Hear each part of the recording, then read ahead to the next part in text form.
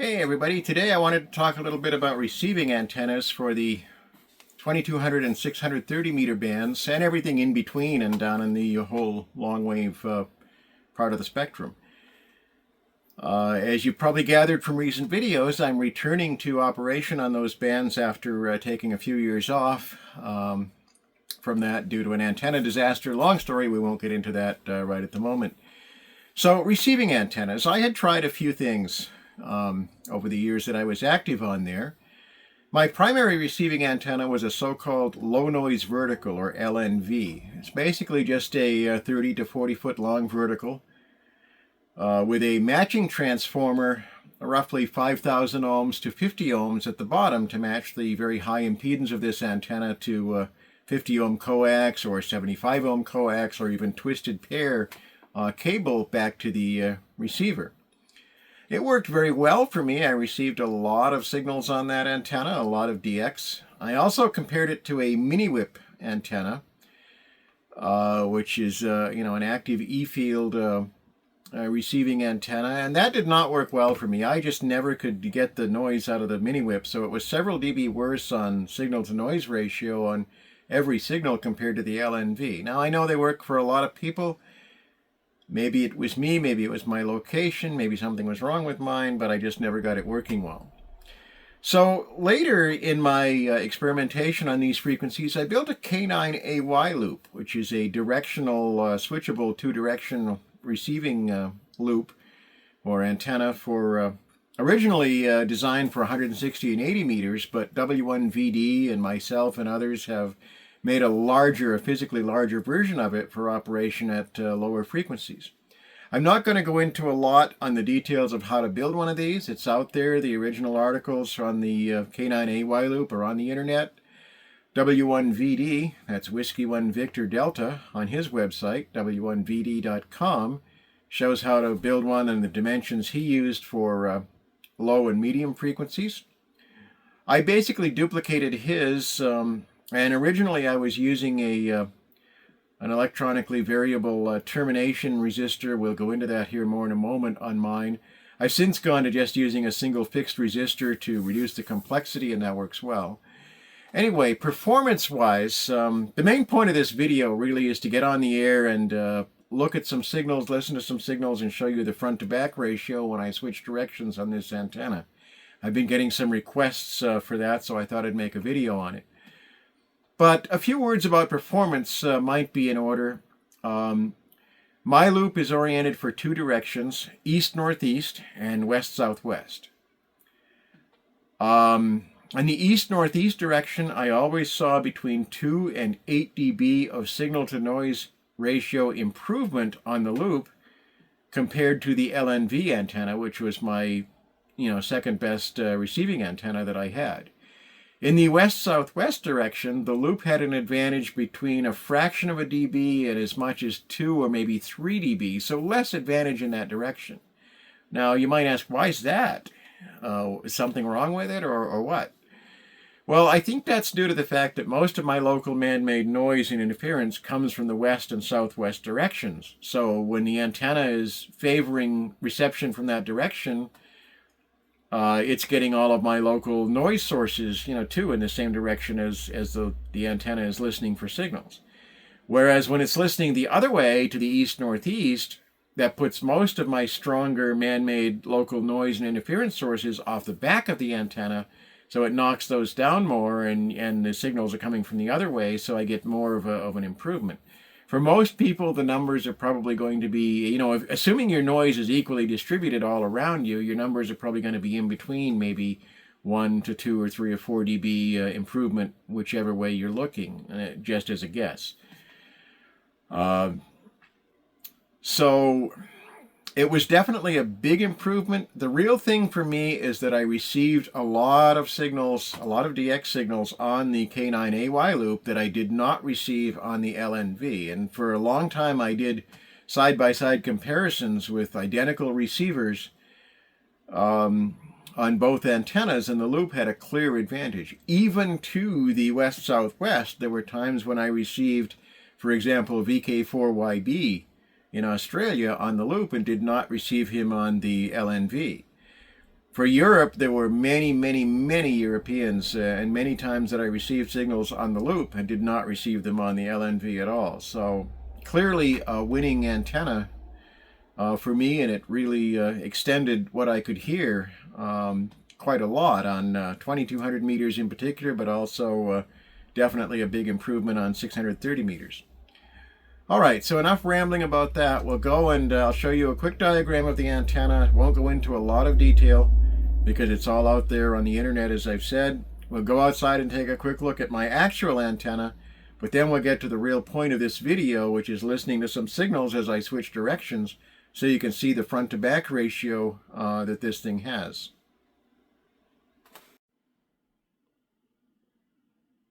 So not spending a lot of time on the theory here or the construction because it's all out there on the internet. No need to duplicate that. This is the basic shape, very crudely drawn, of a K9AY loop. It's sort of like a triangle with one point pointing straight up toward the sky and the bottom sort of pulled down a little bit so that it's, not quite a triangle, it's not quite a diamond.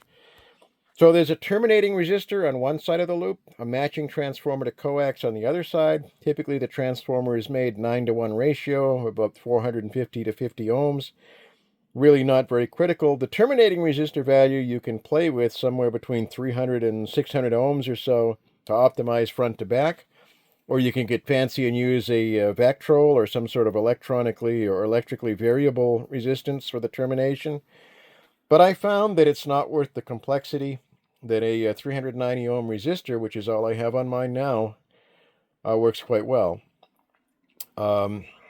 Anything to be gained by going complex probably is a fraction of a dB in my opinion, and it's just not worth running extra control wires out there to do it. All I need for this is just the coax, and I can send the voltage to switch directions over the coax. Now, switching directions just involves flipping the positions of the terminating resistor and the transformer so that they swap sides of the antenna. And that can be done with a double pole, double throw relay, energized by a voltage over the coax. So that's about all I'm going to say on what the antenna is and how it works. We'll go outside and take a look at it, and then we'll find some signals, and you can see the front to back ratio of this as I switch directions. Unfortunately, I don't have the LNV anymore, so I can't show you real-time decodes that happen on one antenna and not on the other one. I wish I could. Maybe someday I'll put the LNV back up and we'll do that. But the results were very clear that I got a lot more decodes on this loop than I did on the LNV.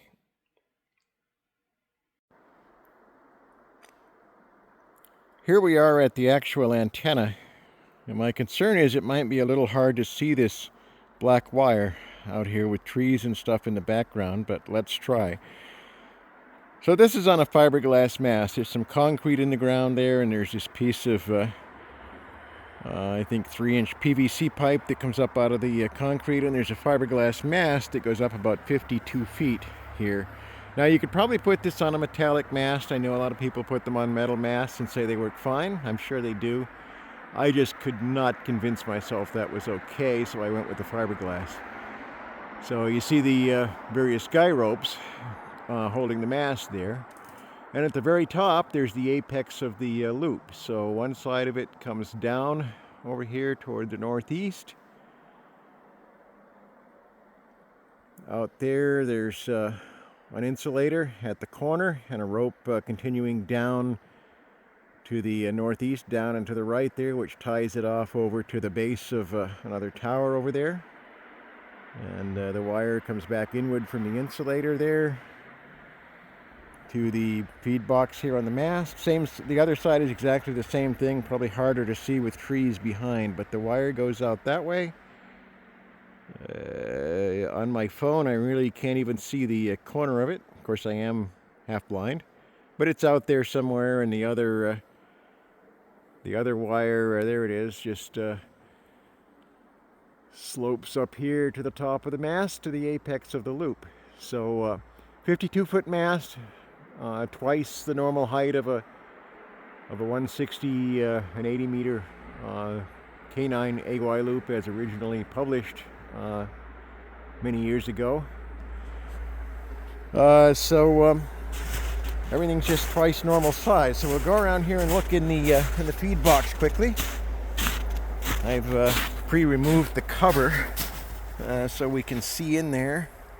Probably don't need the zoom here anymore. So let's see. It's kind of dark in there, but the termination resistor, 390 ohm resistor is there. The relay for direction switching. Sorry, wasn't quite pointed at it there. The transformer for impedance matching to the 75 ohm coax.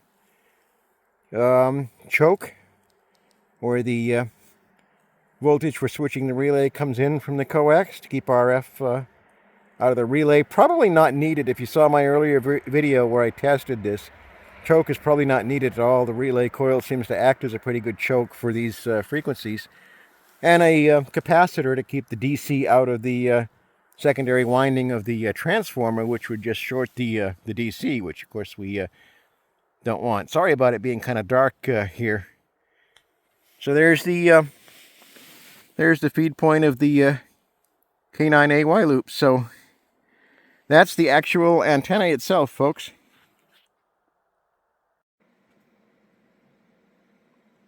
So let's look at the performance of this K9AY loop on the 2200 meter band here a little bit.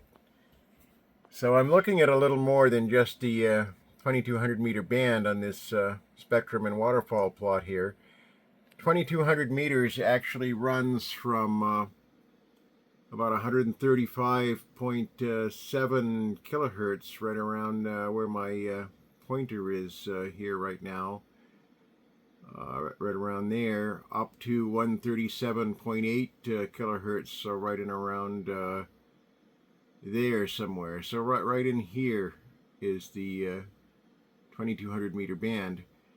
So I'm looking at a little more than that. Now these three strong signals, one down here at 129 kilohertz roughly, approximately, and this one at 135.4, and this one at just under 139 are the EFR teleswitch stations in Europe. DCF 49 in Germany, HGA 22 in Hungary, and DCF 39 in Germany. And they're high-power long-wave transmitters used to control devices on the power grid for load control on the power grid over there. An interesting concept.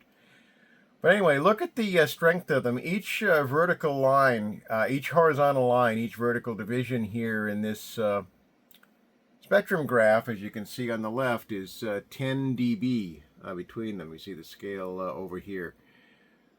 So that's with the loop pointed northeast toward those stations.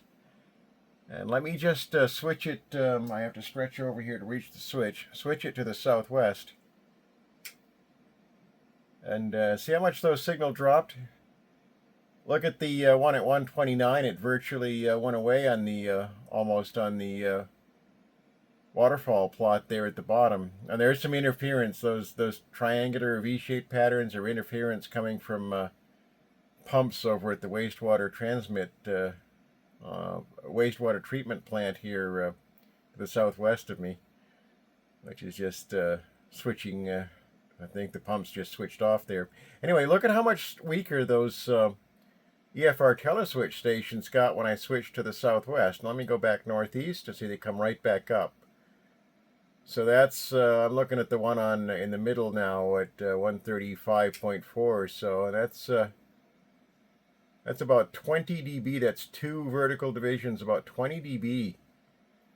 Difference in front to back on that signal when I switch directions. And it's not always 20 dB on every one of them all the time. It varies a little bit with propagation, and that might be due to the angle of arrival, if it's coming in low on the horizon, or if the propagation is different, so it's coming down out of the sky at a little steeper angle.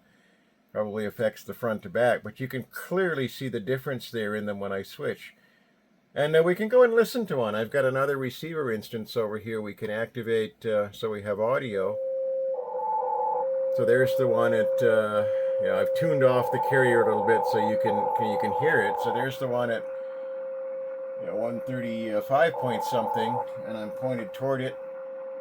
And let me switch away from it. You can see the S meter drop, and you can hear the signal drop. So that's toward it.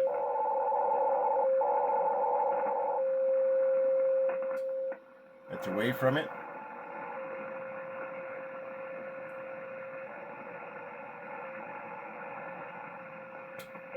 And back toward it again. So you can clearly see see and hear the difference here in signals as I switch this back and forth. It's pretty impressive for a small loop. Or a small antenna. Let's silence that again and see what we have over here for amateur signals. What do we got right now? So this little blip over here, you can see right, well, you could. Am I pointed the wrong way? I am. There we go. This little blip you can see right here, and in the waterfall right here, I believe is probably K9KFR. I haven't identified it, but probably K9KFR transmitting, and that's with the loop pointed toward him. And if I point away, he's just gone. You don't even see him here anymore. So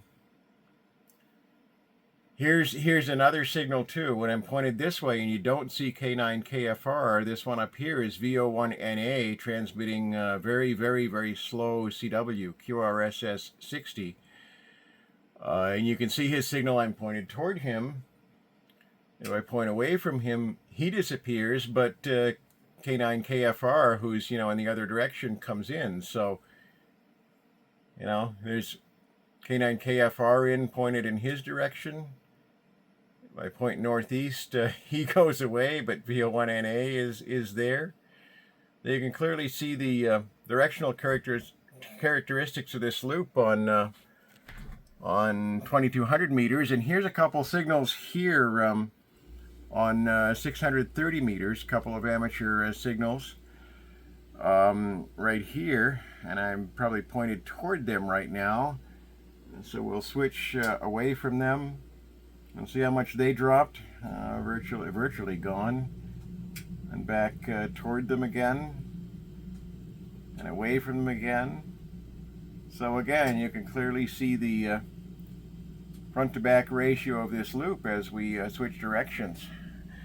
And we'll try one more little experiment here. Let me reactivate this receiver instance, and we'll go down here. Whoops, I didn't mean to go that far. So there's some military transmitters down here. Let me get a visual display of this up and zoom in a little bit. Not that much. Okay, so there's some military transmitters down here transmitting some kind of data mode at around 24 kilohertz or so. And so watch what happens when I switch directions. Even down here, this loop has some directivity. Notice this one here in the middle is strong, relatively strong right now. When I switch directions, it gets weaker. At the same time, look at this one over here, which is a different transmitter in a different direction, and you'll see that it gets stronger while the other one gets weaker. So even way down here at 24 kilohertz, this loop still has some directivity. I'm just switching directions back and forth there, and you can clearly see the different signals get stronger or weaker as I do that. Really amazing to me that it has directivity that low in frequency, and yet it does. So let me silence that, because you probably can barely hear me over that here at the moment. There we go. So there's a little demonstration of the loop on a few different frequencies.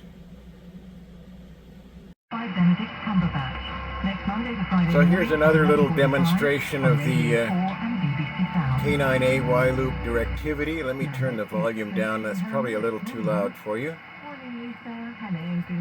So this is BBC Radio 4 on 198 kilohertz with the loop pointed northeast, and pretty good copy on this station.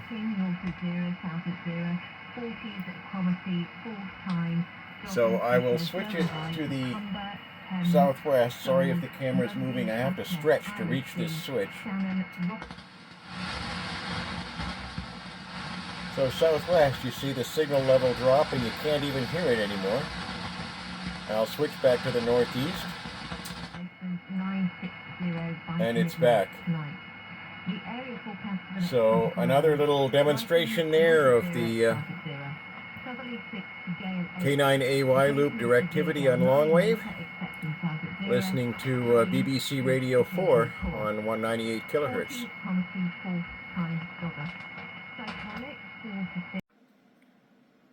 So here's another little demonstration of the K9AY Loop directivity and its ability to reject interference in some cases.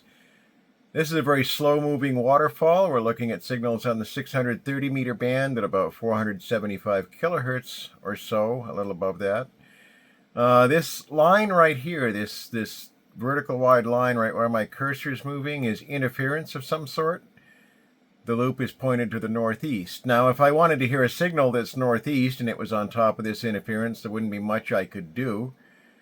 These are narrow bandwidth digital mode signals over here, coming and going in 2-minute intervals. If one of those was on top of this and it was pointed northeast, you know, the signal was coming from the northeast, there wouldn't be much I could do. But probably all of these signals you're seeing right now are from the southwest.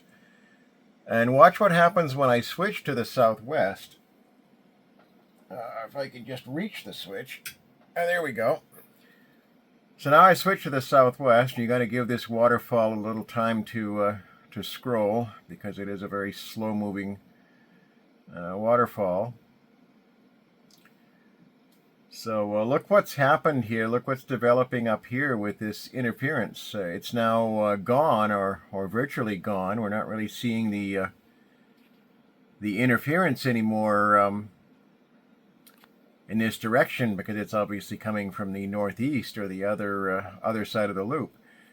And look what's happened also with these digital mode signals over here. They've gotten stronger because they are in that southwest or westerly direction. So that's another thing with the loop. You know, a good reason to have a directional receiving antenna is if there is interference, you can reject it. And we can actually still see this interference a little bit, but it's much, much, much weaker. And these signals from the west came up a lot when I switched directions there. So if I switch back to the northeast again and give this slow waterfall a little time to scroll and begin to show this, you can already see that the interference here has gotten quite a bit stronger again, and some of these signals from the west or southwest have gotten much weaker again. So again, just one more little demonstration of the directivity of this loop, and a hint to its the advantages that can offer, having some ability to switch directions on your receiving antenna. And of course, it also rejects some of the broadband noise that's just always present. You know, when you switch directions, and that's why it has a signal-to-noise advantage over an omnidirectional antenna, is because you're not hearing the noise from a full 360 degrees anymore. You're only hearing a portion of that, you know, maybe half of that. So you get rid of some of the noise while keeping all of the signal, at least in the direction that the loop is currently looking. So Definitely nice to have a bit of directivity, directional characteristics in your receiving antenna on these low frequencies. Okay, strong CW signal pointed on 630 meters, pointed toward him, pointed away from him, pointed toward him again. So you could see the fade there when how much weaker he was when I pointed away. Hopefully he'll call CQ again, but it's tough to catch these CW signals. They're only there for a minute and they're gone. Let's see.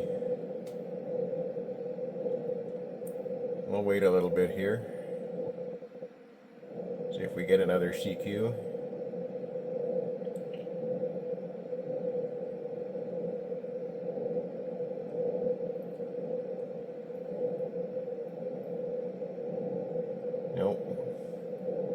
Pretty sure that's him on digital there, the bright yellow line, so we're not getting another CQ right at the moment.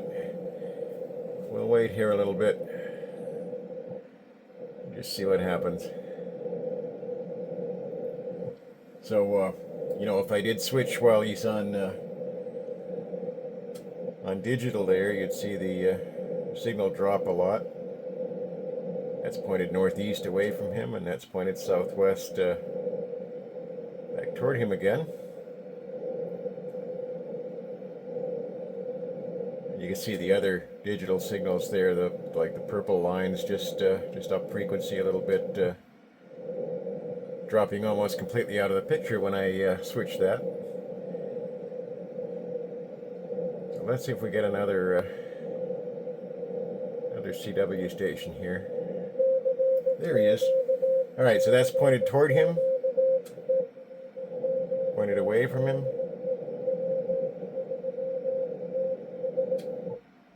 And back toward him again.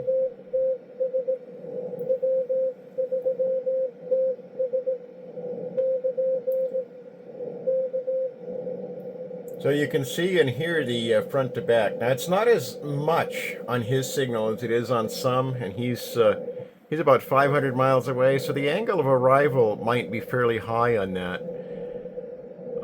I do find that on the more distant signals there tends to be more front to back than on the closer ones, and it's just my theory, I guess, but I have a feeling it has to do with angle of the signal arrival, and these closer ones might be at a higher angle, and that's why we don't see as much front to back, but it's still very obvious.